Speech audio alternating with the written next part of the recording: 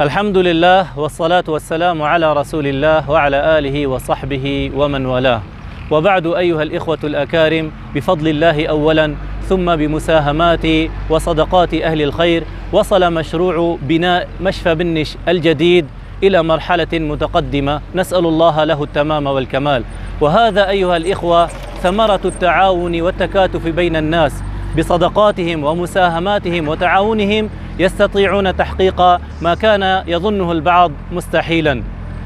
وسيقوم الإخوة أيها الأحبة ببناء خزان للماء، خزان كبير يغذي هذا المشروع، وهذه فرصة لمن يود المساهمة. فكما تعلمون أيها الأحبة أن سقي الماء من أعظم الصدقات، وذلك لما سأل سعد بن أبي وقاص رضي الله عنه النبي صلى الله عليه وسلم بعد أن أخبره بوفاة أمه وأنه يود أن يتصدق عنها، فسأله عن أعظم الصدقات، فقال النبي صلى الله عليه وسلم: سقي الماء.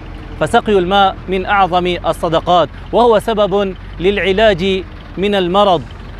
الحاكم رحمه الله، الإمام الحاكم، خرج له قرحة في وجهه يخرج منها القيح، وظل يداوي بها سنة كاملة فلم تشفى. فقال له بعضهم: اجعل أو تصدق صدقة الماء. فقام بوضع حوض من الماء يشرب منه الناس، فما لبث أسبوعا حتى شفي بإذن الله تبارك وتعالى. وتعلمون قصة الرجل الذي بلغ منه ما بلغ من العطش، فنزل إلى بئر فشرب ثم خرج فوجد كلبا يلهث ويأكل الرمضاء من شدة العطش، فقال: والله إن هذا الكلب قد أصابه من العطش ما أصابني. فنزل إلى البئر فملأ خفه بالماء وحمله بفمه وخرج وسقى هذا الكلب، فشكر الله له ذلك العمل فغفر له. هذا أيها الأحبة في فضل صدقة وسقي البهائم، فكيف بمن يسقي الناس ويتصدق لأجلهم؟